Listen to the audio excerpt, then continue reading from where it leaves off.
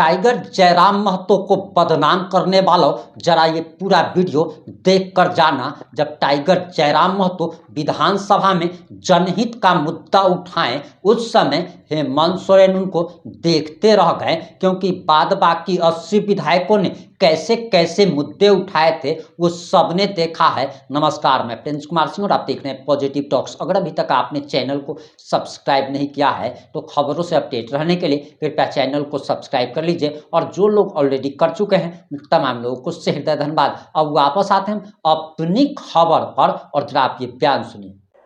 मेरा प्रश्न था स्थापना समिति में जन प्रतिनिधियों को शामिल करने को लेकर, जिसमें सरकार के विभाग का उत्तर आया है। उन्होंने झारखंड कार्यपालिका नियमावली 2000 भाग 3 के अंतर्गत नियम 22(3) में वर्णित प्रावधान का हवाला देते हुए उन्होंने अपना उत्तर दिया है। तो अध्यक्ष महोदय, मैं विलंब ना करते हुए माननीय मंत्री महोदय से मेरा सीधा पूरक प्रश्न रहेगा।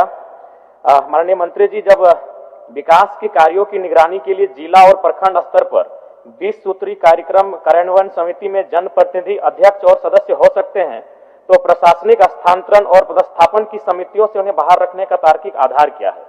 क्या सरकार प्रशासन को जन उत्तरदायी बनाने हेतु जिला एवं प्रखंड स्तरीय स्थापना समिति में जन प्रतिनिधियों को शामिल करने हेतु झारखंड कार्यपालिका नियमावली 2000 के भाग 3 अंतर्गत नियम 22(3) में तत्काल संशोधन का आश्वासन देती है, विचार रखती है?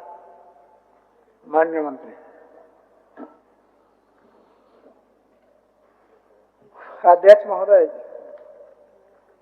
माननीय सदस्य द्वारा जिस बात की जानकारी सदन से उनको चाहिए, हम लोग ने स्पष्ट कर दिया। अध्यक्ष महोदय, पुनर्गठन अधिनियम 2000 के बाद राज्य स्तरीय स्थापना समिति, स्टेट एस्टेब्लिशमेंट स्टैंडिंग कमेटी, विभिन्न कोटि के कर्मियों का स्थानांतरण पदस्थापन प्रतिनियुक्ति हेतु विभागों में विभागीय स्थापना समिति गठित है। अध्यक्ष महोदय, लेकिन इसमें जनप्रतिनिधियों को शामिल करने का कोई प्रोविजन और ऐसा कोई विचार अभी हम लोग के पास नहीं है। इन्होंने कहा है कि दूसरे राज्यों में इस तरह का स्थिति है, वहां जनप्रतिनिधियों को भी स्थापना समिति जिला और प्रखंड स्तरों में शामिल किया जाता है। इस संदर्भ में 976 दिनांक 19/2/2026 को कतिपय राज्यों से संबंधित प्रतिवेदन की मांग की गई, चिट्ठी लिख करके। यदि ऐसा है तो हम लोग इस पर विचार करेंगे अध्यक्ष महोदय, लेकिन अभी इस तरह का स्थापना समितियों में जनप्रतिनिधियों को शामिल करने का कोई विचार लंबित नहीं। माननीय सदस्य। अध्यक्ष महोदय, देखिए, मेरा मानना है कि कहीं न कहीं प्रशासन को अगर नियंत्रण में, और चूंकि जनता की अपेक्षाएं जनप्रतिनिधि से होती है, अगर मैं अपने ही विधानसभा की बात करूं तो डुमरी अनुमंडल में विगत 1 सालों से एसडीओ का पद रिक्त है, प्रखंड विकास पदाधिकारी का पद भी विगत 6 महीनों से रिक्त है, ऐसे प्रखंड स्तरीय 13 पद रिक्त हैं। तो जनता की अपेक्षाएं आकांक्षाएं वहां के जनप्रतिनिधि से होती है, और हम लोग जब क्षेत्र में जाते हैं तो इन समस्याओं का और तीखे सवालों का सामना करना पड़ता है। इसलिए मैं चाहता हूं कि कोई भी नियम अकाट्य नहीं है कि भाई उस नियम में संशोधन नहीं होगा, उस नियम में संशोधन किया जा सकता है। और मैं जो कह रहा हूं ये सबके लिए सुलभ होगा, जितने भी जनप्रतिनिधि बैठे हैं, जनता उनसे अपेक्षाएं रखती है, क्योंकि वो जनता के बीच जाते हैं, जनता के तीखे सवालों का सामना करते हैं। तो प्रशासन को पारदर्शिता में रखना चाहिए, नियंत्रण में जनता की जवाबदेही उन पर बननी चाहिए। तो इसलिए मैं माननीय मंत्री से आश्वासन चाहता हूं कि भविष्य में विचार करें कि इस प्रकार का संशोधन हो और स्थापना समिति में जनप्रतिनिधियों को भी स्थान मिले।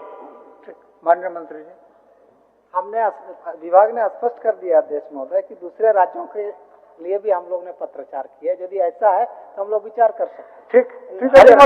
ठीक है, मैं बस अंतिम, माननीय मंत्री महोदय, मैं आपको बताना चाहूंगा, मैंने भी अध्ययन किया है। केरल में डिस्ट्रिक्ट प्लानिंग कमेटी डीपीसी में निर्वाचित जनप्रतिनिधि की भूमिका है। महाराष्ट्र में जिला परिषद आधारित प्रणाली है, जिसमें जिला परिषद को शिक्षकों व अन्य कर्मियों के हस्तांतरण में अधिकार है। पश्चिम बंगाल में पंचायत सशक्तिकरण, पंचायत एवं जिला परिषद को विकास एवं कार्मिक विषय में सहभागिता है।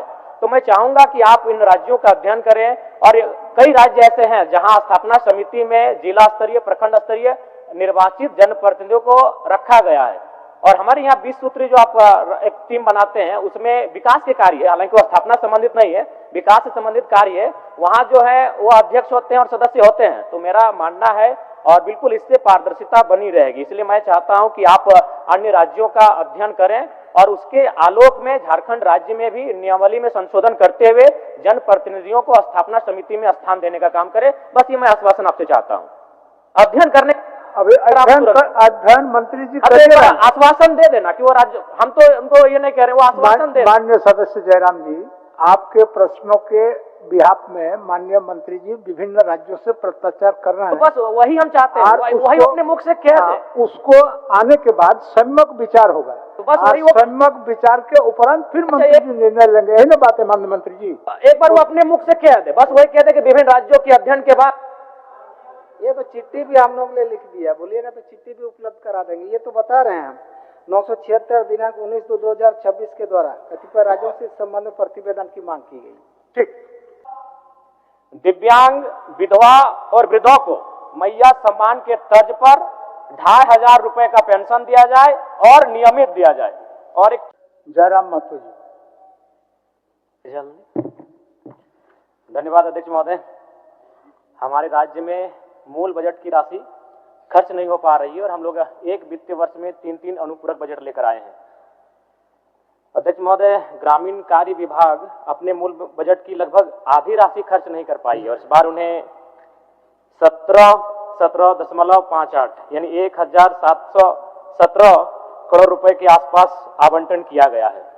और जब मैं विधायक बना था तो मैंने सबसे पहले हमारे डुमरी में एक संकीर्ण पुलिया है, मैंने 1 साल पहले ही उसका अनुशंसा करके भेजा है महोदय, आज तक वह निर्माण नहीं हो पाया है और नित्य आए दिन उसमें हादसे होते रहते हैं। तो मेरा यही मानना है कि जब पूर्व में जो राशि इनको आवंटन किया जाता है उस राशि को ठीक से खर्च नहीं कर पाते और पुनः इस राशि का आवंटन किया गया, इसके बाद तो मुझे लगता है 1 महीने का समय बचेगा। तो ऐसे में मुझे नहीं लगता है कि इस राशि का सही से खर्च हो पाएगा। यह महज एक विभाग का नहीं, सभी विभागों का लगभग यही अनुमान है। महोदय, मैं थोड़ा सा सीडी रेशियो पर बात करना चाहूंगा, क्योंकि सीडी रेशियो किसी भी राज्य की आर्थिक सेहत का थर्मामीटर होता है।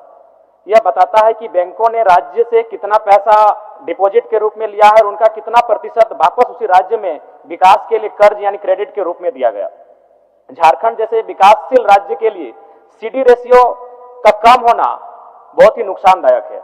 अगर मैं डेटा सितंबर 2025 के आंकड़ों के अनुसार बात करूं तो झारखंड का सीडी रेशियो 52.19% है, जबकि राष्ट्रीय औसत 80% के करीब है। इसका मतलब है कि झारखंड की लगभग 48% पूंजी राज्य से बाहर जा रही है, यानी हमारे राज्य की पूंजी को अन्य राज्यों के लोग उसका इस्तेमाल कर रहे हैं और इसका सीधा असर पड़ रहा है। कम सीडी रेशियो का सीधा अर्थ है कि राज्यों के उद्यमी, किसानों और एमएसएमई का जो सेक्टर होता है उसको पर्याप्त लोन नहीं मिल पा रहा है। इससे 2025-26 के अनुमानों के अनुसार झारखंड की प्राथमिकता वाले क्षेत्रों में लगभग 88,300 करोड़ की ऋण की क्षमता है, लेकिन बैंकिंग उदासीनता के कारण यह लक्ष्य पूरा नहीं हो पाया, जिससे रोजगार सृजन रुक जाता है। साथ ही साथ प्रति व्यक्ति आय और जीडीपी पे इसका सीधा असर पड़ता है। जब बैंकों से क्रेडिट फ्लो कम होता है तो निवेश घटता है, इससे राज्य की जीएसडीपी दर धीमी हो जाती है। झारखंड में 200 झारखंड के जिलों का सीडी रेशियो, कई जिले ऐसे हैं जिनमें 40% से भी कम है, जो यह दर्शाता है कि ग्रामीण अर्थव्यवस्था में नकदी का प्रभाव बेहद कमजोर है। अतः मेरा मानना है अध्यक्ष महोदय, चूंकि माननीय वित्त मंत्री काफी अनुभवी और सुलझे हुए मंत्री हैं और मैं आशा करता हूं कि उनके नेतृत्व में झारखंड का सीडी रेशियो कम से कम 60% से 70% लेकर आना होगा, नहीं तो फिर राज्य अपनी विशाल खनिज संपदा के बावजूद आर्थिक रूप से पिछड़ा रहेगा। और साथ ही साथ महोदय, मेरे विधानसभा के अंतर्गत डुमरी अनुमंडल में पिछले, जब से नई सरकार बनी उसके 1 सप्ताह बाद से ही एसडीओ नहीं है, साथ ही साथ बीडीओ नहीं है और 13 प्रखंड स्तरीय पद रिक्त है। मैं आपके माध्यम से सरकार से ये मांग करता हूं कि इन पदों की भरपाई की जाए और साथ ही साथ दिव्यांग, विधवा और वृद्धों को मैया सम्मान के तर्ज पर 2500 रुपए का पेंशन दिया जाए और नियमित दिया जाए। और एक छोटी सी सूचना, उसके बाद मेरा समय भी नहीं है। 1984 सिख हिंसों में दिल्ली व कानपुर के बाद तत्कालीन धनबाद के चास में एक बड़ा स्थल था जहां भारी लूटपाट, आगजनी और 72 से अधिक मौतें हुई थी। 41 वर्ष बीतने के बावजूद पीड़ितों को समुचित न्याय नहीं मिला है। अतः उच्च न्यायालय के आदेश से गठित वन मैन कमीशन को संसाधन देकर शीघ्र उचित मुआवजा, नौकरी, पेंशन बहाली और प्रशासनिक सहयोग सुनिश्चित किया जाए। धन्यवाद अध्यक्ष महोदय। बहुत बहुत धन्यवाद। अब आपकी क्या प्रतिक्रिया है? अपनी प्रतिक्रिया जरूर दीजिएगा। जुड़े रहे हमारे साथ। जय हिंद, जय भारत।